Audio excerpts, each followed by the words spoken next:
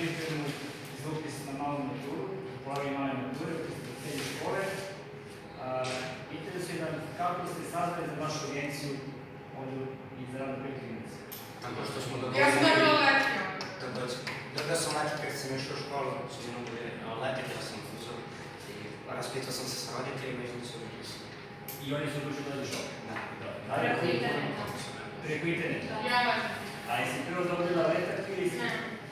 Saznala si preko interneta? Da. Dobro. I šta te premogila da odlučiš za našu agenciju? Pa, ne znam, kako počnu, pošto su imali različite škole, da, različite škole, neke su počinjale kasnije, neke mnogo ranije i onda je to kao odgovaralo u januaru. A tebi šta je? Ja sam vlastno dobila i ponudila poslu školu da mogu da pišemo da nije ranije krenuo. Aha, dobro. Recite mi sada kako vam se sviđaju priprave kod nas u tebi gimnaziji? Koji su priprave? Najviše zbog nastavnika srpskog. Nastavnik? Da. Miro Radašić, dobro. Kako je prednost njegovih predavanja? Zato što predaje jasno i glasno nam objašnjava, da je to razumljivo, a opet nije raspustiti kao što sam da ne pratimo, nego samo jasno, glasno i razumljivo i objasno sve što nam treba. Sve što I mi je ima jasno. razumijevanja za nas kao decu. Dobro, znači ako nešto ne znate, onda to malo pogledate prste i tako. To i objasno ponovo i ponovo. Dobro.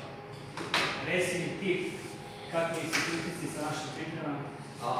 Sviđa mi se rad, kako se zove, nastavnika, objašnjavaju što je najbitnije i tako da može da se nauči što smo nešto propustili u školi, može da se nauči. Dobro.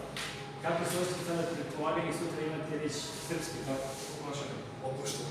Jeste opušteni, niste napisali sve, znate, naučili ste sve? Nisam ništa naučila. Dobro.